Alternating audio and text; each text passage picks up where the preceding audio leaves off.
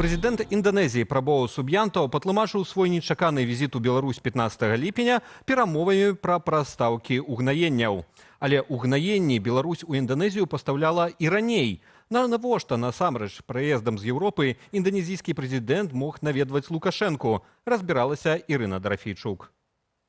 Три таких великих человека вместе с вами здесь у меня были в гостях. Прымаючы прэзідэнта Інданезіі ў сваім палацы Азёрнай, Лукашенко параўнаў Суб'янта з Пуціным і Сі Цзіньпінам, якіх таксама прымаў у хатніх умовах. Пра што ж размаўлялі два лідары падчас сустрэчы, стала вядома толькі напярэдадні вечарам. Адной з тэмаў было магчымае пашырэнне супрацы ў сектары гандлю сыравіннымі таварамі і забеспячэнне патрэбаў ва ўгнаеннях. До 2020 года Индонезия уваходила ў чацвёрку найбуйнейшых імпарцёраў беларускіх калійных угнаенняў пасля Китаю, Індыі ды Бразіліі. Аднак у 2021 прадукцыя Беларусь-калію трапіла пад сектаральныя эканамічныя санкцыі. Годам пазней Еўропа закрыла імпорт калію за суагрэсію рэжыму ў вайне з Украінаю. С введением санкций вот эти поставки удобрений в Индонезию, они не прекратились, они продолжались, и, собственно говоря, они продолжаются. Сейчас мы не знаем, но, по крайней мере, по прошлому году, да, мы довольно уверенно можем сказать, что они продолжаются. Там стоимость этих поставок была порядка $80 миллионов. Але агулам рынок імпорту беларускіх калійных угнаенняў змяншаецца. Калі да абмежавання ў Беларусі належала 9% усяго калію, што прадаваўся ў свеце, то ў 2024 гэтая доля зменшылася да 6%. Напрыклад, толькі ў Кітаі за першыя 2 сёлетнія месяцы Беларусь прадала на 2,1% калійных угнаенняў менш, чым за адпаведны леташні перыяд. Да таго ж еўразвяз з пачатку ліпеня павысіў мыта на ўгнаенні і сельскагаспадарчую прадукцыю з Беларусі і Расіі. Таму зарабляць у рэжыму атрымліваецца ўсё менш. Але звяртае на сябе ўвагу заява Сергея Рачкова. Гэта старшыні камісіі па міжнародных справах і бяспецы Савета Рэспублікі Лукашэнкаўскага парламента. І ён прама кажа пра тое, што Інданезія, і гэта цытата, аказвае садзейнічанне Беларусі ў абыходзе заходніх санкцый. Яшчэ адна галіна супрацы паміж двума краінамі вайскова-прамысловая. У гэтым годзе вясной у Інданезіі знаходзілася дэлегацыя Міністэрства абароны і Дзяржаўнага ваенна-прамысловага камітэта Беларусі. Таксама беларуская дэлегацыя Міністэрства абароны прымала ўдзел у абарончай выставе «Інда-Дэфэнс 2025». Прэзідэнт Інданезіі заехаў да Лукашэнкі на шляху з Еўропы. 14 ліпеня Прабоў Суб'янта быў у Парыжы, дзе разам з Эмануэлем Макронам удзельнічаў ва ўрачыстасцях з нагоды дня ўзяцця Бастыліі. Да гэтага ў Брусэлі яго прымала кіраўніца Еўракамісіі Урзуля фон дэр Ляен.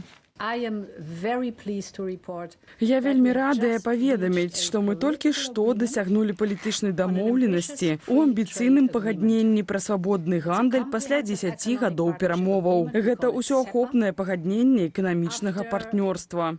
Рызыкаваць еўрапейскімі перспектывамі дзеля супрацы з Лукашэнкам Прабоў Суб'янта наўрад ці бы стаў, мяркуе Андрэй Махоўскі. Экспорт может вырасти в 2 раза, до $60 миллиардов. Да? То есть для Индонезии это очень важное соглашение, и 100% оно гораздо важнее, чем какие-то поставки калийных удобрений из Беларуси. Тым болей, што па імпарце тавараў з Інданезіі ўжо ударыў Трамп. Паводле новага пагаднення Злучаныя Штаты ўвядуць 19% мыты з умоваю, што краіна не робіць люстраных надбавак на амерыканскія пастаўкі. Ірына Дорофейчук, Белсат. У Магілёве працягваюць ліквідаваць наступствы непагадзі, якая прайшлася рэгіёнам 10-11 ліпеня. Для ацэнкі хады працуе сёння ў Магілёў прыехаў міністр надзвычайных сітуацыяў Вадзім Сіняўскі. Решены вопросы по освобождению проезжей части, всей инфраструктуры, обеспечена жизнедеятельность населения. Есть повреждения домов, есть повреждения зданий, учреждений, есть повреждения транспортной инфраструктуры, личного транспорта людей. Это все сейчас учитывается.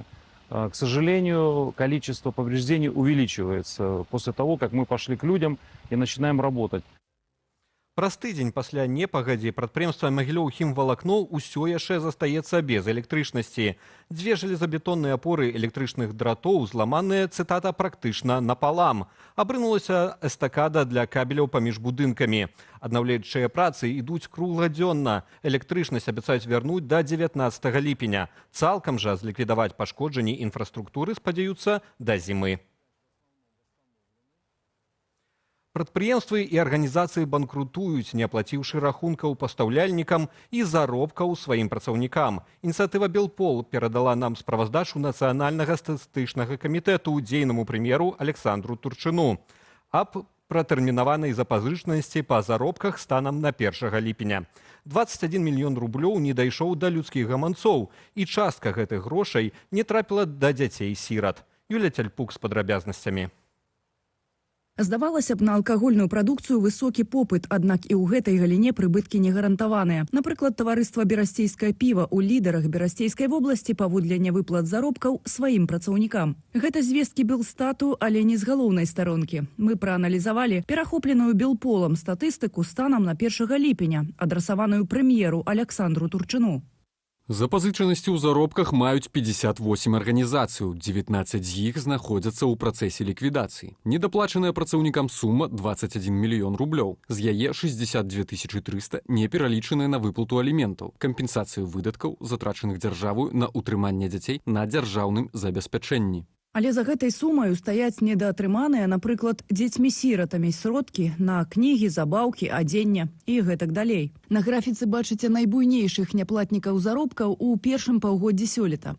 У 5 вобласцях і сталіцы. Sports Developments – абсалютны чэмпіён, які павінен працаўнікам амаль 6 мільёнаў рублёў. На Гомельшчыне лідаруе Гомель Капітал Буд, на Гарадзеншчыне Захад Хім-сервіс, на Віцебшчыне Націвіта. А звесткі па Магілёўскай вобласці чамусьці не трапілі ў справаздачу.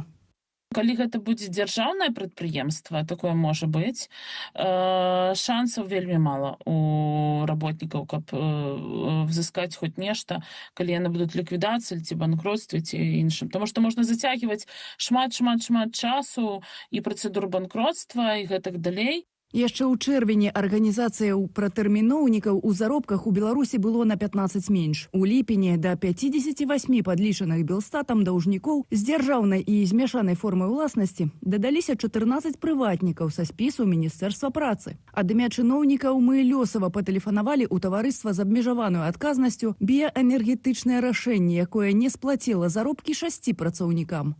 Есть ли вообще хоть какая-то надежда, что мы сократим количество этих людей?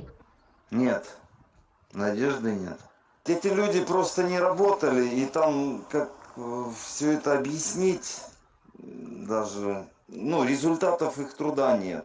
Спрэчныя сітуацыі ў такіх выпадках будуць разглядацца ў эканамічных, а некаторыя і ў крымінальных судах. Галоўнае, раіць адвакатка, назіраць за сітуацыяй. Калі вам не выплацілі належных грошай, а арганізацыя знаходзіцца ў ліквідацыі, трэба выставіць ліквідатару патрабаванне крэдытора. Але ж, калі ж прадпрыемства ўжо ў працэсе банкротства, давядзецца спаганяць грошы ў прыватным парадку з былога наймальніка.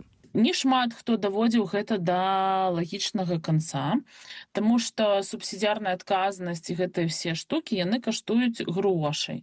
Але ўсё, што тычыцца насамрэч заробкаў і трудавых всякіх пытанняў, тут няма ніякай госпошліны. А таму паслугі адваката будуць таннейшымі, а ў судзе першай інстанцыі можаце разлічваць на бескаштоўныя паслугі адваката. Не лішнім будзе праверыць таксама, ці арганізацыя заплаціла ўсе складкі ў ваш пенсійны фонд. Юлія Тяльпук, Белсат.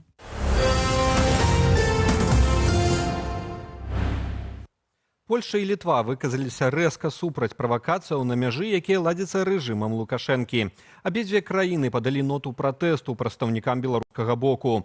Чым менавіта незадаволеныя суседзі і да чаго гэта можа прывесці, распавядзе Аліна Скрабунова. Польская памежная ахова скіравала ноту пратэсту беларускаму боку наконт інцыдэнту, што адбыўся напярэдадні ў памежнай зоне. Адзін з мігрантаў кінуў у польскага памежніка бутэльку з паліўнай сумесю.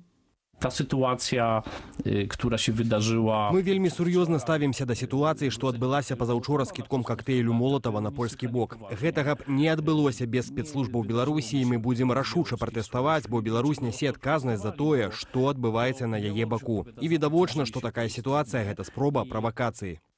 На ноту ўжо адрэагавалі ў Міністэрстве замежных справаў нашай краіны. Як зазначыла ведомства дзяржаўнаму выданню «Беларусь сегодня», гэткім чынам краіны еўразвязу намагаюцца перакласці адказнасць за міграцыйны крызіс на Беларусь, але не падтрымліваюць стасункаў з нашай краінай для залагоджвання праблемы.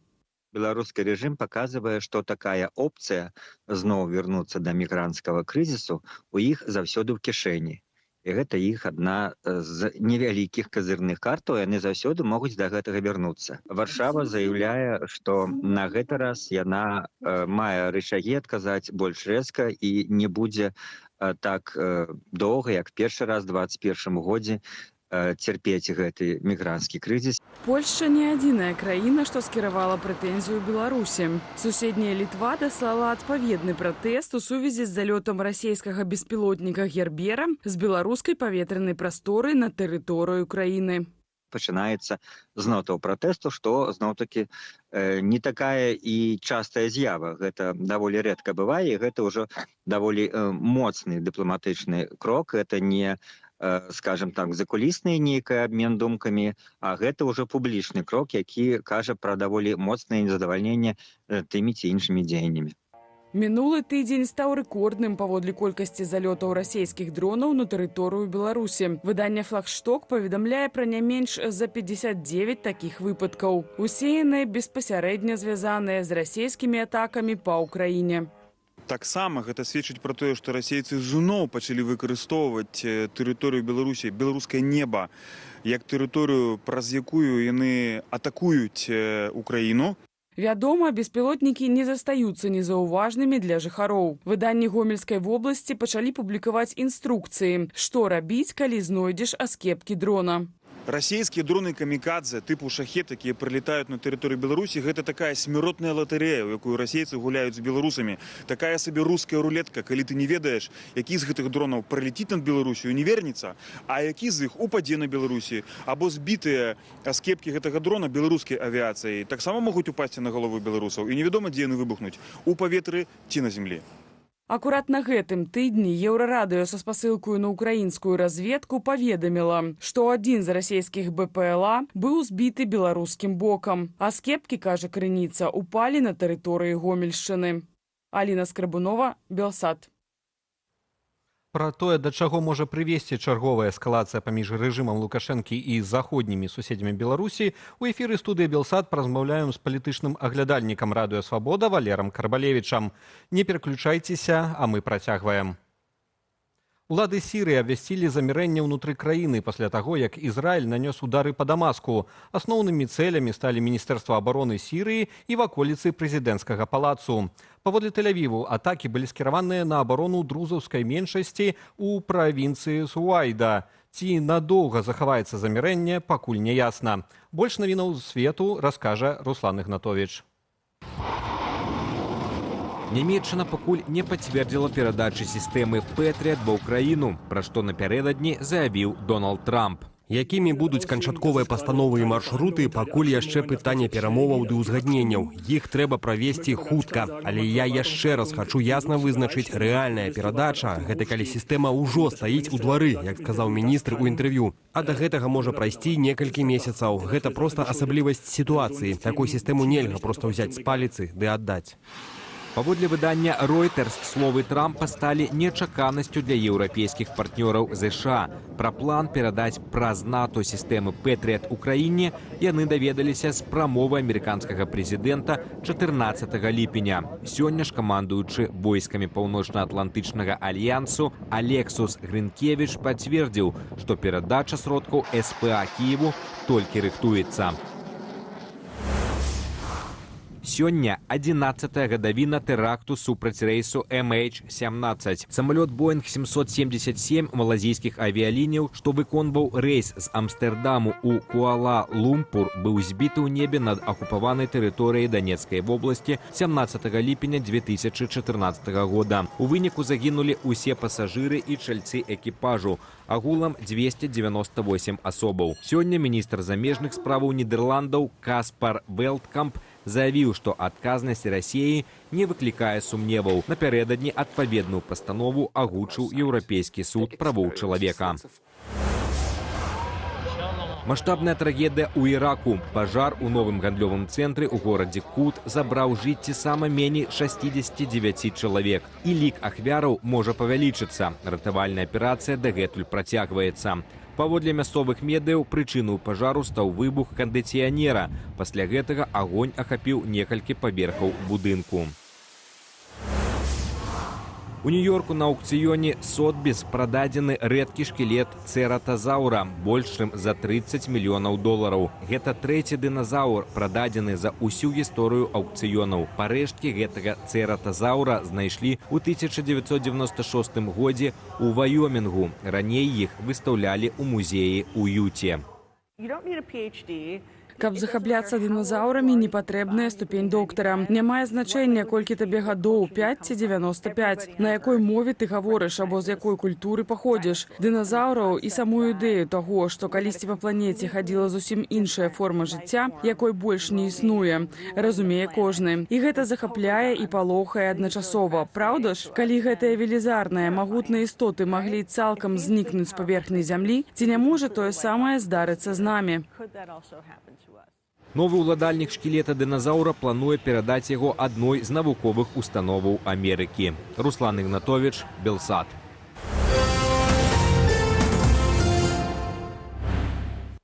Тры беларускія клубы сёння праводзяць матчы ў адказ у межах першага раунду футбольнай лігі канферэнцыяў. У гэтыя хвіліны ў Скоп'е жодзінская «Тарпеда» сустракаецца з паўночна-македонскім клубам «Работнічкі».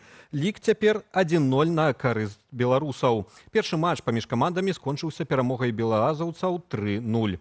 А 21-й гадзіне градзенскі «Нёман» паспрабуе захаваць перавагу 1 мяч супраць армянскага «Урарту». А берасцейскія дынамаўцы сустрэнуцца з чарнагорскай «Сут'еска» пасля перамогі з лікам 2-1. Абедзве беларускія каманды граюць на умоўна хатніх стадыёнах у Вугоршыне. Гарантавана трапіла ў другі раунд лігі канферэнцыяў менская «Дынама», але наўрад ці дзейныя чэмпіёны краіны гэтым усцешаныя. Саступіўшы пасля 2 матчаў балгарскаму «Лудагорцу», сталічны клуб вылецеў з сёлетняй розыгрыша лігі чэмпіёнаў і цяпер працягне еўракубкавую кампанію ў трэцім паводле значнасці еўрапейскім турніры. Тым часам у айчыннага футбола з'явіўся новы кіраўнік. Сёння ў Менску прайшлі пазачарговыя выбары старшыні Асацыяцыі Беларуская федэрацыя футболу. Кіраваць гульнёй нумар 1 найбліжэйшыя 2 гады будзе Яўген Булойчык, начальнік галоўнага ўпраўлення спорту і турызму Менскага аблвыканкаму. Колькі было кандыдатаў на гэтую пасаду і чаму мерапрыемства называлі выбарамі без інтрыгі? Разбіраемся ў наступным матэрыяле. Беларуская футбольная асацыяцыя атрымала новага кіраўніка. Ім стаў Яўген Булойчык, абраннем якога апекаваўся міністр спорту Сергей Кавальчук. Паводле крыніцаў інтэрнэт-парталу «Трыбуна», кандыдатуру Булойчыка ўзгаднілі задоўга да галасавання. Сам жа працэс абрання разыгралі паводле сцэнара. Давно ішла барацьба за тое, каб зрабіць Беларускую федэрацыю футбола не тое, што там нейкі самастойны, а цалкам такім дэпартаментам так званага міністэрства спорту, потому что у федерации есть пэўныя грошы, пэўныя ресурсы, и я думаю, что так званы міністр Кавальчук, ён давно заглядаўся на гэты ресурс. Да абрання на пасаду старшыні футбольнай асацыяцыі Яўген Булойчык 9 гадоў, як узначальвае галоўнае ўпраўленне спорту Менскага аблвыканкаму. Ён заўжды падтрымліваў міністра спорту Кавальчука, а вось з былым кіраўніком асацыяцыі Мікалаем Шаршнёвым меў няпростыя зносіны. На данном этапе Ковальчук боролся за то, чтобы Министерство спорта полностью руководило всем спортом, то есть и футболом в том числе. Они не понимают саму структуру, что футбол это независимая, федерация футбола это независимая организация. Для них это непонятно, они хотят все контролировать. И, естественно, они будут все подгонять под свою министерскую систему, и футбол, будет умирать. Кандыдатура Булойчыка была не адзінаю. За кіраўнічае крэсла ў асацыяцыі змагаліся яшчэ 2 кандыдаты. Адзін з іх былы намеснік Шаршнёва, ды нават выканальнік абавязкаў старшыні футбольнай арганізацыі Андрэй Васілевіч. Аднак за некалькі дзён да выбараў ён зняў сваю кандыдатуру. Гэткі крок патлумачыў тым, што на пасадзе кіраўніка мусіць быць чалавек з сур'ёзным адміністрацыйным рэсурсам. Снял кандидатуру, я уверен, что просто сказали снять кандидатуру. И все, чтобы расчистить дорогу для другого человека. Другі прэтэндэнт Андрэй Толмач, дасведчаны футбольны менеджер, генеральны дырэктар менскага «Дынама». У дзень выбараў ён самаліквідаваўся на карысць Еўгена Булойчыка. Што з ягоным прыходам можа змяніцца ў федэрацыі? Все ж таки нейкая самастойнасць была нейкая футбольная аўтаномія, можна было весці размову пра нейкую футбольную супольнасць, а цяпер гэта ўсё будзе яшчэ больш заціснута. Як мяркуюць у футбольнай супольнасці, першае, да чаго можа прывесці прызначэнню новага старшыні, гэта да сыходу галоўнага трэнера нашай нацыянальнай зборнай Карлоса Алёса. Бо, са словаў міністра спорту, пад кіраўніцтвам іспанскага спецыяліста нашыя футбалісты ніякіх вынікаў не дасягнулі. Павел Алейнікаў, Андрэй Сульжыц, Белсат. І гэта ўсё ў сённяшнім выданні «Аб'ектыву». Больш навінаў у нашым тэлеграм-канале. QR-код для пераходу на вашых экранах. Інфармацыйны вечар працягнуць праграмы «Белсат онлайн» і студыя «Белсат», якую мы правядзем разам з Анастасіяй Русецкай. Вітаю спадарства, у студыі «Белсат». Сёння абмяркуем, якія наступствы для нашай краіны могуць паўстаць пасля апошніх інцыдэнтаў з Літвой і Польшчаю. Госцем будзе палітычны аглядальнік Валер Карбалевіч. Ужо неўзабаве, а цяпер прапануе агляд артыкулаў, якія варта пачытаць на старонцы нашага тэлеканалу.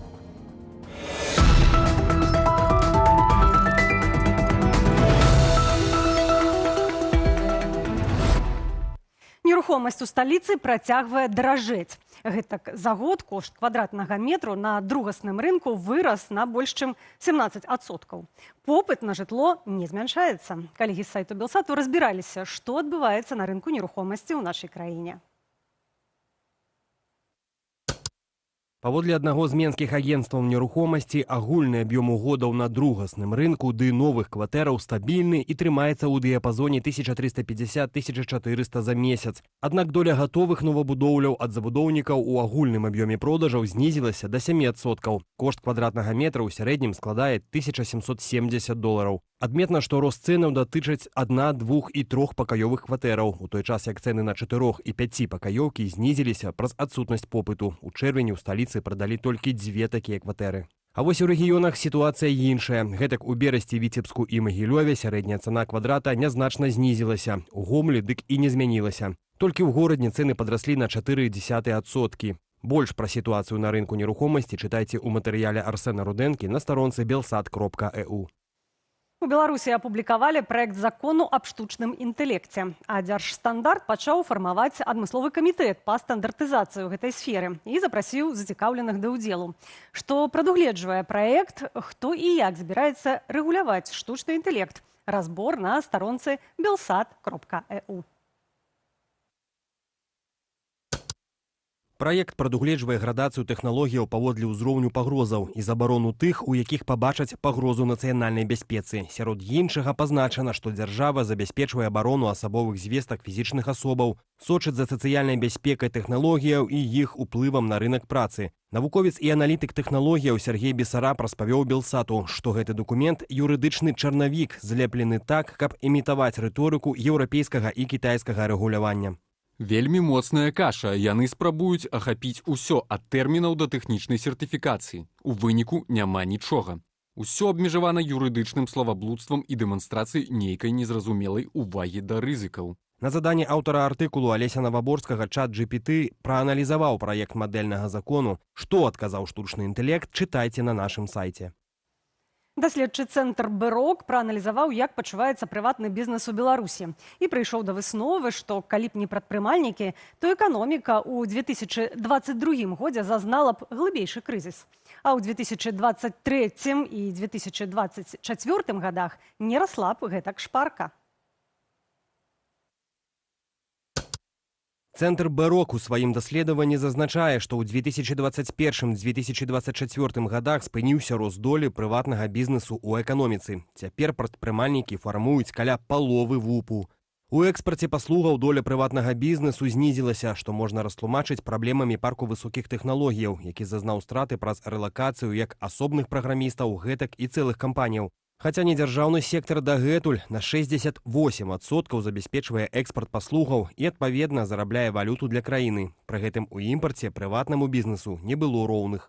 Прыватны сектар адгуляў вырашальную ролю ў перабудоўванні лагістычных ланцужкоў паставак тавараў у Беларусь пасля ўзмацнення санкцыяў у пачатку 2022 года. Гэтае перабудоўванне мела крытычнае значэнне для перадухілення маштабнага эканамічнага спаду і для наступнага ўзнаўлення з увагі на высокую імпартаёмістасць беларускай эканомікі. Доля імпорту ў ВУПе вагалася каля 60-70% з 2012 году. Падрабязней пра высновы даследнікаў збырок наконт таго, як бізнес уратаваў беларускую эканоміку, чытайце ў артыкуле Сцяпана Кубіка на інтэрнэт-старонцы Белсату. Гэтыя ды іншыя публікацыі чытайце на нашым сайце ў эфіры праз імгненне студыя Белсат.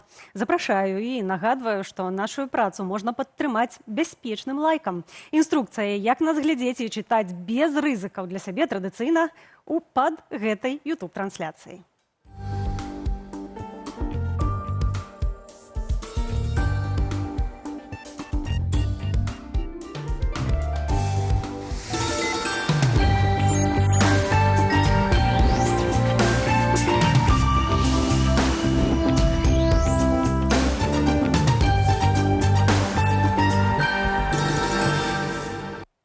Гаспадарства Ельская раёнка «Народны голас» апублікавала парады, што трэба рабіць пры знаходцы беспілотніка. Сярод іншага раяць не набліжацца да ППЛА, адразу паведаміць у міліцыю, але не фатаграфаваць і не тэлефанаваць паблізу дрона. Такім чынам мясцовыя ўлады хоць ускосна, але прызналі праблему шматлікія залёты ў беларускае неба беспілотнікаў, якія расійскія войскі выкарыстоўваюць падчас атакаў па ўкраіне. Пад нашай трансляцыяй у Ютубе мы запыталіся ў вас, паважаныя гледачы, як вы зрэагуеце, калі пабачыце БПЛА. І прапанавалі такія варыянты. Пачну панікаваць і шукаць укрыццё, буду захоўваць спакой, бо беларускае войска знішчыць дрон, не звярнуў увагі, бо гэта рэч звыклая, ну і варыянт для тых, хто верыць у сябе, паспрабую збіць самастойна. Гэтае пытанне вы можете знайсці па трансляцыі, удзел у ім бяспечны, таму што апытанне ананімнае. Таму заклікаю браць удзел, выбіраць той варыянт, які вам бліжэй і вы б сапраўды так адрэагавалі. Мы яшчэ вернемся да вынікаў, якія будуць у нашым апытанні, а пакуль да першай тэмы. Беларусь атрымала ноту пратэсту ад літоўскага МЗС. Прычына ў расійскім беспілотніку, што заляцеў з тэрыторыі нашай краіны ў Літву. Гэта адбылося падчас масаванай расійскай атакі па ўкраіне 10 ліпеня. Літоўскі бок патрабуе неадкладна патлумачыць інцыдэнт і не дапускаць паўтарэння гэтага ў будучыні.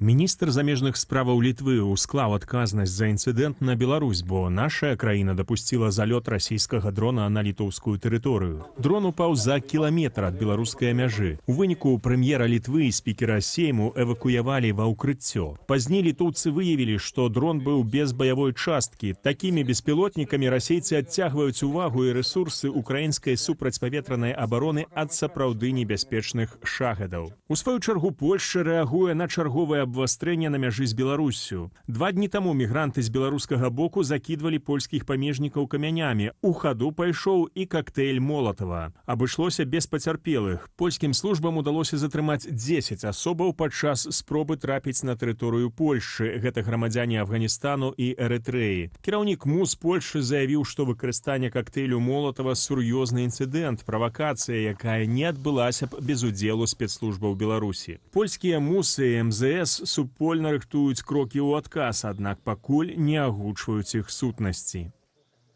І ўжо цяпер з намі на сувязі Валер Карбалевіч, палітычны аглядальнік Радыё Свабода. Спадар Валер, вітаем вас і дзякуем, што далучыліся да нашага эфіру. Добрый вечер.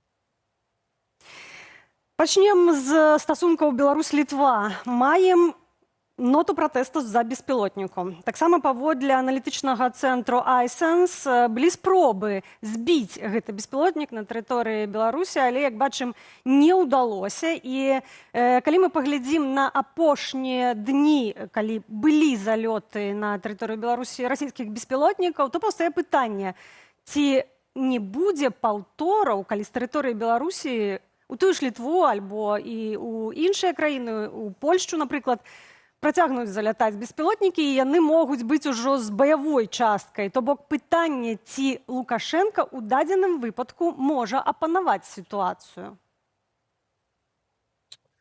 Беларусь прыфронтавая дзяржава, якая знаходзіцца на мяжы. дзвюх краін, якія ваююць між сабою. І таму тое, што у Беларусі ўвесь час прылетае нешта, гэта цалкам заканамерна, але гэта разбурае тую ідэалагему, якую прапануюць беларускія ўлады, што, маўляў, над краінай мірнае неба, і гарантам гэтага мірнага неба з'яўляецца сам Александр Лукашенко. І тое, што гэтыя дроны залятаюць увесь час, і апошнім часам ўсё больш і больш, ну, гэта сведчыць пра тое, што ніякага мірнага неба няма, і тое, што пакуль што гэтыя дроны не прывялі да нейкіх разбурэнняў і ахвяраў, ну, пакуль што шансуе. Ось. Але што тут беларускія ўлады могуць зрабіць? Я мяркую, што беларускія сістэмы супрацьпаветранай абароны не гатовыя да барацьбы з дронамі. Ну, гэта новая зброя, і як з імі ваяваць незразумела. Падымаць кожны раз самалёты, гэта вельмі дорага, на кожны дрон не хопіць. Таму ў пэўным сэнсе тут беларускія ўлады, беларускія вайсковыя ўлады апынуліся не ў самым лепшым стане, і тое, што, бачыце, цяпер нават з Беларусі гэтыя беспілотнікі далятаюць да Літвы, ну, гэта прасведчыць пра тое, што кантроль над паветранай прасторай Беларусі, скажем так, ну, не вельмі шчыльны і ў пэўным сэнсе умоўны. Пакуль мы не маем адказу з беларускага боку афіцыйнага на ноту пратэсту, якую выставіла Літва, але на вашу думку, ці будзе адказ і які і як далей можа развівацца гэтая сітуацыя? Ну, адказ можа быць фармальны, можа быць проста некай адпіскай. Цяжка сказаць, што канкрэтна будуць гаварыць беларускія ўлады, а могуць увогуле нічога не гаварыць. Тут якраз сітуацыя зразумелая з абодвух бакоў. Тут хутчэй літоўскія ўлады дзейнічаюць проста па інерцыі, па пратаколу. Калі з беларускага боку было парушэнне мяжы, парушэнне тэрытарыяльнай цэласнасці, ну, трэба рабіць дыпламатычны дэмарш, так патрабуе логіка палітычнага працэсу. Але я думаю, што абодва бакі разумеюць, што тут такая сітуацыя, на якую мусіць моцна ўплываць не можа ні адзін, ні другі бок. Таксама маем інцыдэнт, які адбыўся на польскай мяжы, гэта выкарыстанне кактэйлю Молатава, і вось мы бачым, што гэта было на днях так. Сёння памежнікі паведамляюць, што ўжо выкарыстоўваюць бутэлькі з пяском таксама. Томаш Сімоняк, міністр унутраных справаў, кажа, гэта спроба правакацыя, нагнятання сітуацыі і хваля павышанай агрэсіі.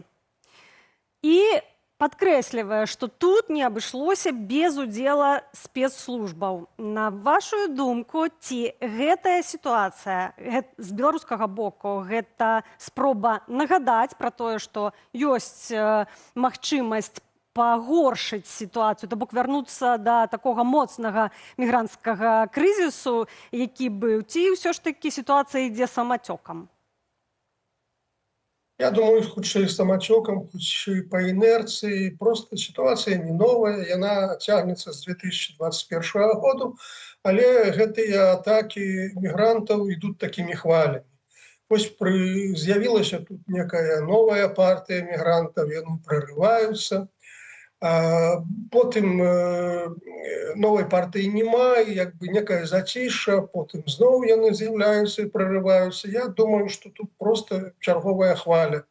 Чарговая хваля, і вось цяпер мы прысутнічаем пры гэтым. Я тут не шукаў нейкіх палітычных жэстаў, палітычных крокаў. Гэта проста логіка палітычнага працэсу, якая ідзе такімі хваляпадобнымі рэчамі. Міністр унутраных справаў Польшчы кажа пра тое, што размаўляў пра гэтую сітуацыю з міністрам замежных справаў Радославам Сікорскім і анансуе адказ, цытата, «будуць зробленыя правільныя крокі». На вашу думку, што гэта за крокі могуць быць, што абмяркоўвалася, і ці маглі абмяркоўваць, напрыклад, поўнае закрыццё мяжы, калі на пераходах, калі на мяжы з Беларусі і з Польшай не будзе працаваць ніводны пераход? Я думаю, что реакция польского боку будет подобная на реакцию литовского боку. Будет некий дипломатичный демарш, выкликают белорусского дипломата, объявить ему протест.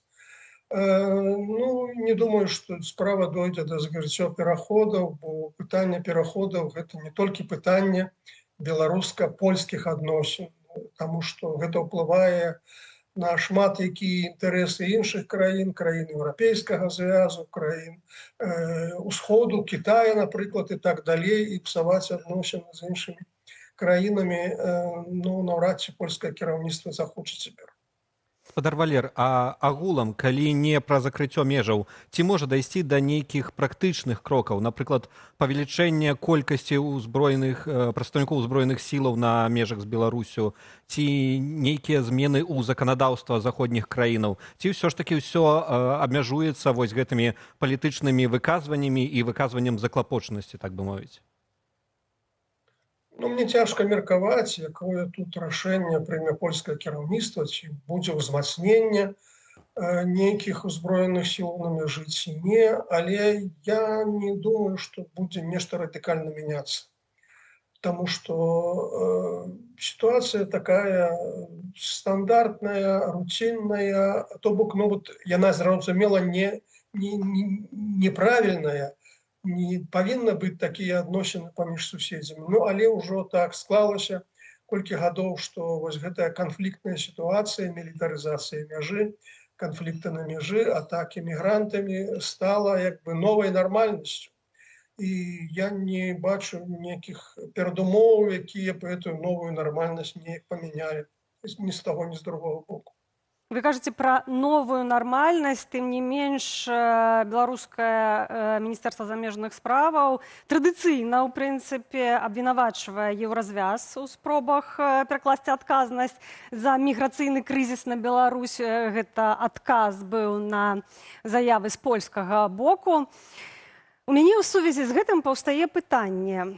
Калі мы ўзгадваем, не так даўно адбылося вызваленне палітвязняў і дыялог, які вядзе афіцыйны Менск з прадстаўнікамі Злучаных Штатаў Амерыкі, то тут паўстае пытанне, ці няма зацікаўленасці Беларусі, каб у такі ж дыялог увайшлі таксама і краіны Еўразвязу, і ў першую чаргу Польшча як непасрэдны сусед. Ці не чакаць тут змены рыторыкі, то бок альбо непасрэдна рыторыкі, адказаў, якія мы атрымліваем ад беларускага МЗСу, ці нават залагоджванне сітуацыі на мяжы? Пакуль я не бачу ні змены рыторыкі, ні змены палітыкі з боку афіцыйнага Менску.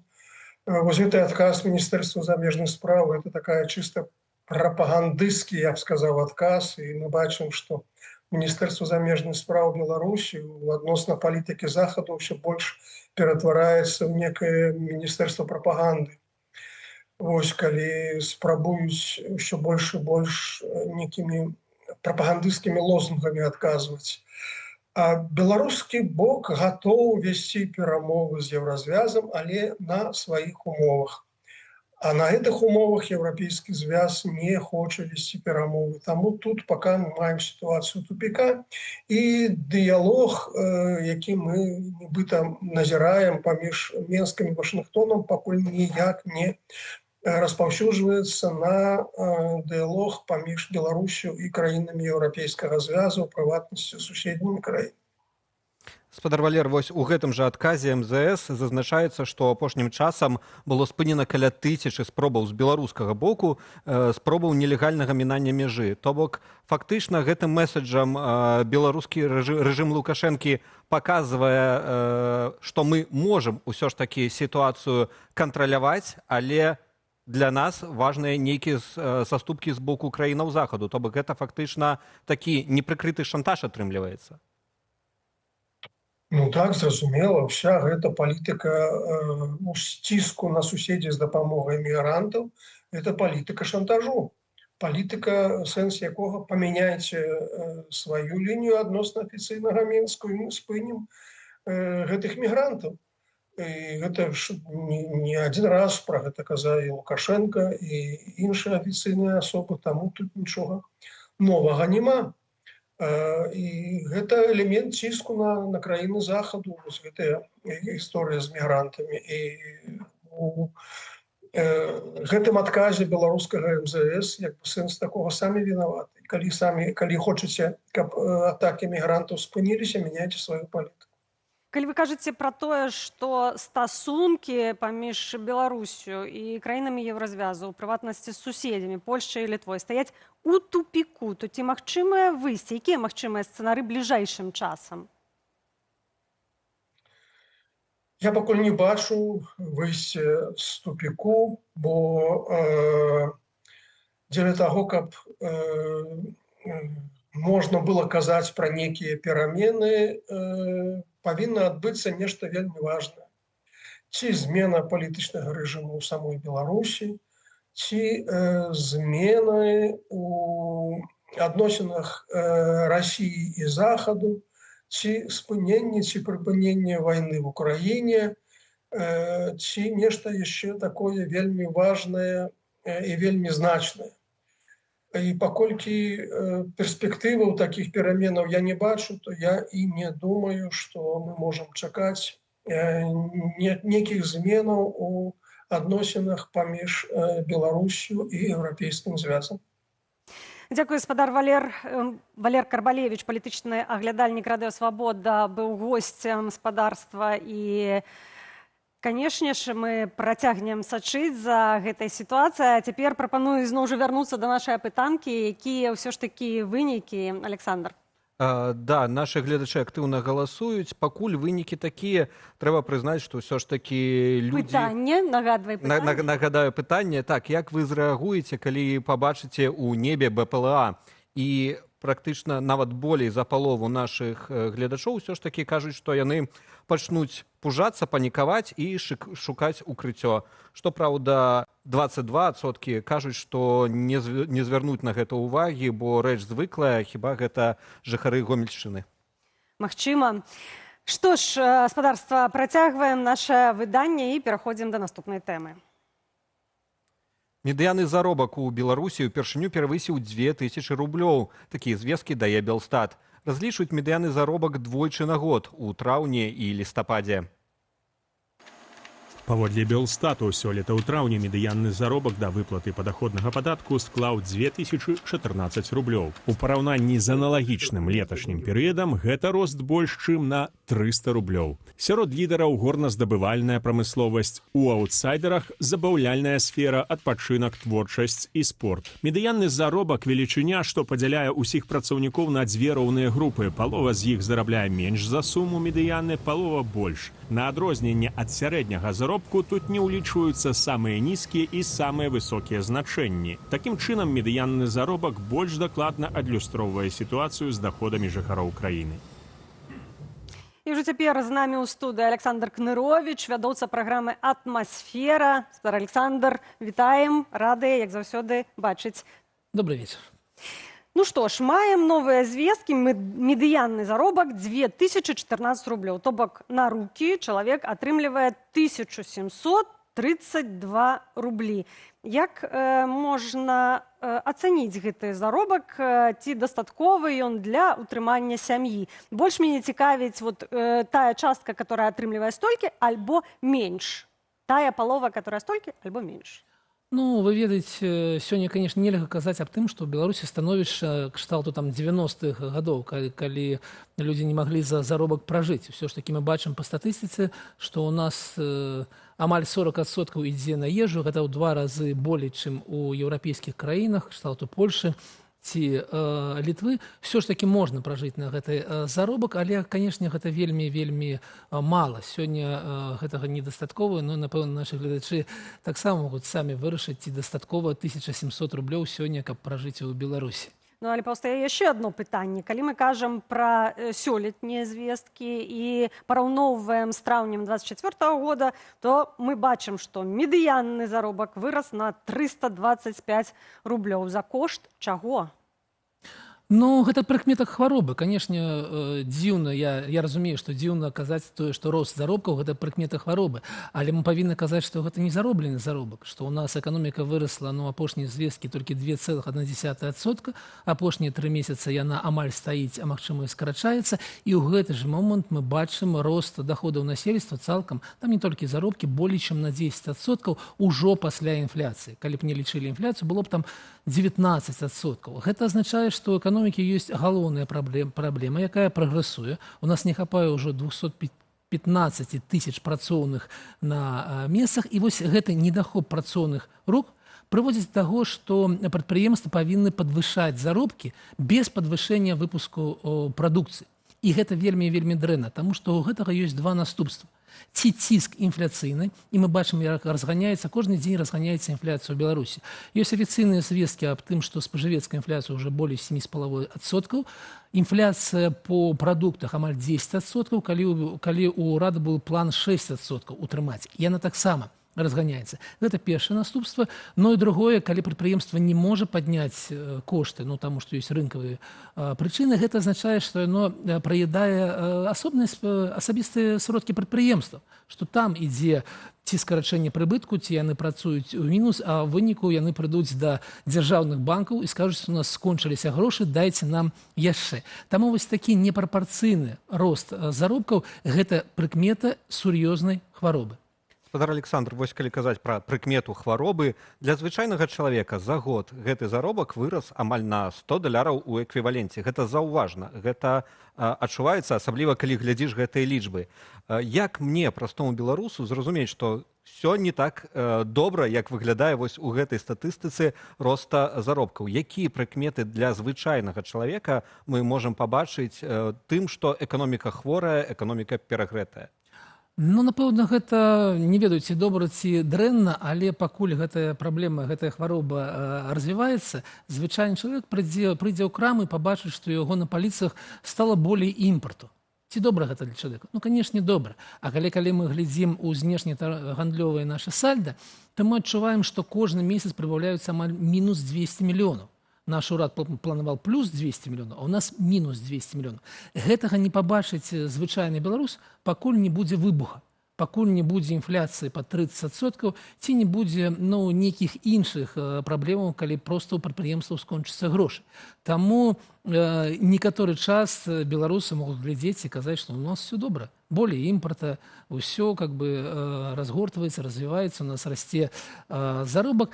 Но з іншага боку, у меня ёсць такое падазрэнне, што нашы гледачы лічаць, што інфляцыя ўсё ж такі не 7,5%, а трохі болей, таму што ёсць, канешне, асаблівасці ў беларускай методзе падліку гэтай інфляцыі. Яна не такая, як на захадзе. У нас інфляцыя падлічваецца толькі по вельмі абмежаванаму колу тавараў, і, канешне, у нашых гледачэй інфляцыя асабістая будзе зусім не 7,5%. Вот акурат інфляцыя. Мы звернемся да яшчэ адных лічбаў ад Белстата. Яны кажуць пра тое, што беларусы ў першай палове гэтага года штодзень прыкладна ў крамах ці на рынках пакідалі 29 рублей. 29 рублёў. І калі годам раней, то 25. Ну, то тут паўстае пытанне, ці тут інфляцыя гэта нам паказвае, што чалавек тое самае купляе, ці ўсё ж такі больш? Ну, мы можам параўнаць 29 а 25, гэта плюс 4 рублі, і ў суадносінах да 25 рублёў гэта амаль 15%. І, напэўна, вось такая інфляцыя будзе больш падобная да рэчаіснасці. Я ўпэўнены, што беларусы не сталі лепей жыць і болей купляць тавараў. Мне падаецца, што гэта ўсё ж такі рэальны рост коштаў, які намагаецца не заўважаць беларуская дзяржава. Калі мы кажам, мы зараз знаходзімся ў сярэдзіне ліпеня, што чакаць беларусам цягам другой паловы года? Як будзе далей развівацца? Мы будзем ўсё ж такі атрымліваць тыя самыя заробкі, а гэта калі перавесці ў долары, то это $500, пра якія вельмі доўга казаў Лукашенко. Ці так застанецца цягам наступнай, другой паловы года? Ну, я нагадаю, што пра $500 нам казалі, што яны будуць у 2010 годзе, долары 2025, напэўна, на траціну таннейшыя, чым яны былі 15 гадоў таму. Ўсё ж такі тое, што можна было купіць у 2015 годзе за $500, і тое, што зараз, гэта зусім розныя рэчы. Што будзе далей? У першую чаргу мы павінны адказаць, што будзе ў Расіі. Мы бачым, як у Расіі скончыўся вось гэты рост, які быў пабудаваны на ваенных выдатках, што там вельмі вялікая інфляцыя, што там зараз стаўка у Цэнтрабанка болей за 20%, і гэта азначае, што ідзе ахаложванне. Мы бачым, як падае беларускі экспарт. І перад урадам будзе стаяць такое пытанне, адна з двух магчымасцей. Ці падтрымліваць дальнейшы рост праз інфляцыю, праз вось гэтыя пустыя грошы і далей пагоршваць сітуацыю знешнегандлёвую, ці займацца тым, чым займаецца Набіуліна ў Расіі, ахалоджваць беларускую эканоміку, а гэта азначае, павінен остановіцца гэты рост заробкаў. Што выбере Лукашенко, я не ведаю, зараз у нас няма Паўла Калаўра, які раней быў прадседателем нашага нацыянальнага банка, зараз там сядзіць Роман Галоўченко, які гатовы выканаць любы загад Лукашэнкі. І таму вось ці адно, ці другое, ці інфляцыя, ці спыненне росту заробкаў. Што будзе далей, трэба паглядзець, но адзін з гэтых шляхоў павінен выбраць беларускі ўрад. Таксама яшчэ і не будзе выбараў, то, магчыма, і няма сэнсу акурат цяпер падвышаць заробкі ў кіраўніцтва. І калі мы кажам пра заробкі, уласна, як зразумець працаўніку прадпрыемства, завода, у першую чаргу дзяржаўнага, што той заробак, які ён атрымлівае, а мы бачым і абсалютна высокія, калі кажам пра прамысловасць, напрыклад, горназдабыўчую, там больш за 4000, што мой заробак не зароблены. Для гэтага, канешне, трэба абладаць эканамічнымі ведамі і некай статыстычнай інфармацыяй, каб паглядзець, што ў нас не расце экспарт гэтай галіны, не растуць продажы, а растуць толькі заробкі. І паглядзець у справаздачу гэтага прадпрыемства. Я не ведаю, не бачу справаздачы ў гэтай галіне, але калі, напрыклад, мы ведаем, што наша нафтаперапрацоўчыя комплексы працуюць у мінус, наш беларускі металургічны завод працуюць у мінус, і шмат якія прадпрыемствы працуюць мінус, то, канешне, чалавек, які працуе на гэтым прадпрыемстве, павінен зразумець, што яго заробак, пакуль, на жаль, не зароблены. На нашым сайце сёння можна пачытаць разбор аналізу ад Бырок, у якім расказваецца пра тое, што эканоміку ў 2022 годзе ўратавалі прадпрымальнікі. І што крызіс быў бы глыбейшы, а ў 2023-2024 эканоміка не так шпарка прасла, як гэта здарылася. Пра сітуацыю сённяшнюю хто ратуе?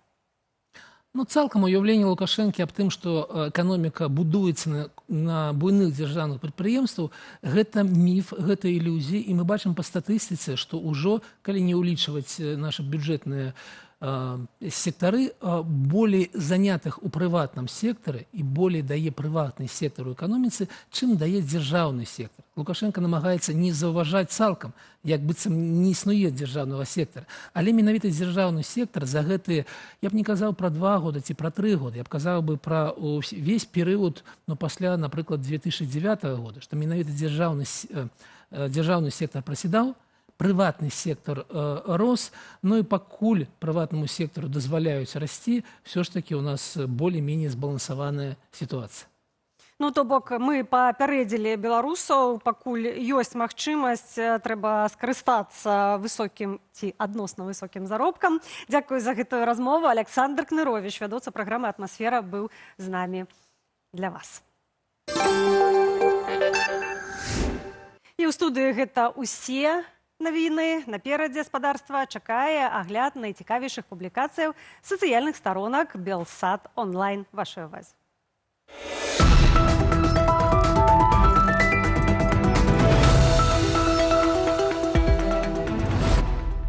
Як журналісты-расследавальнікі шукаюць у Беларусі інфармацыю і якая турэцкая злачынная групоўка выкарыстоўвае казіно ў прэзідэнт-гатэлі Менску для адмывання грошаў? На гэтае пытанне ў праграме «Раніца з Белсатам» адказаў кіраўнік беларускага расследавальніцкага цэнтру Станіслаў Івашкевіч. Цалкам размову глядзіце на YouTube-канале «Белсат Лайв». Организованная злочинная групповка – это семья филиале, которая занимается гандлем зброи, наркотиками и нелегальными ставками. Каля $1 мільярда яны адмылі праз Менскае H-казино, у якім уласнік турак, але значит, непосредным менеджментом займаюцца там на месцы бізнесовец, наближаны да ўправы справамі Лукашэнкі. Это бізнесовец, якому даверылі трымаць казино у прэзідэнт-гатэлі. Таксама там ёсць ахоўнік Лукашэнкі і яшчэ адзін бізнесовец, блізка знаёмы з ягоным сярэднім сынам Дмітрыем Лукашэнкам. У Барановичах літаральна паплыла фігура чыгуначніка. Адбылося гэта падчас нядаўняй залевы. Кіроўцам нават давялося адводзіць свае машыны, каб пазбегнуць сутыкнення. Відэа інцыдэнту даволі хутка стала вірусным у сацыяльных сетках. Паглядзець на кур'ёз можна і ў інстаграме Белсат.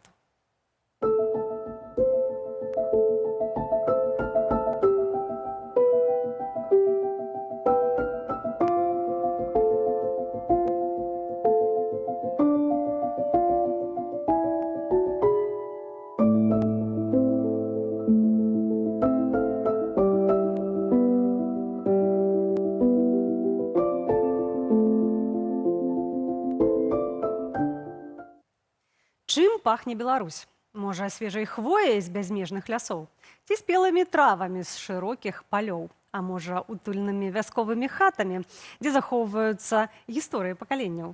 Водар радзімы разбіралі з Юрыем, студэнтам, блогерам, парфюмерам, пачаткоўцам. Фрагмент размовы ў нашым інстаграме, а цалкам інтэрв'ю з маладым парфумерам шукайце ў выпуску «Раніцы з Белсатам» за 12 ліпеня на YouTube-канале «Белсат Лайв». Чем пахнет Беларусь? Наверное, вот метро. Да, кстати, у метро характерный запах. Как парфюмер, скажи, на что можно разложить запах метро? Тяжелый вопрос, но легкая нота цемента, легкая сырость, много металла и вот смешанные запахи ароматов других людей.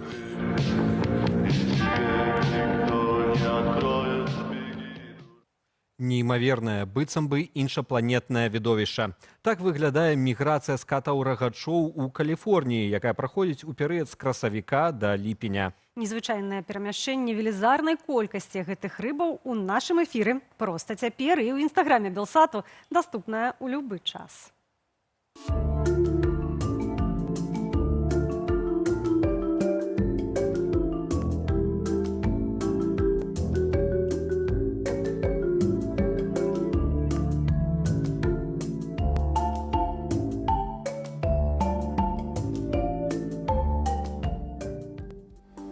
І на гэтым спадарства ў нас усё. Дзякуем, што былі разам з намі цягам гэтае гадзіны. Для вас працавалі Анастасія Русецкая і Александр Баразенко. Жадаю спадарству добрага вечара і, канешне ж, заставайцеся з Белсатам.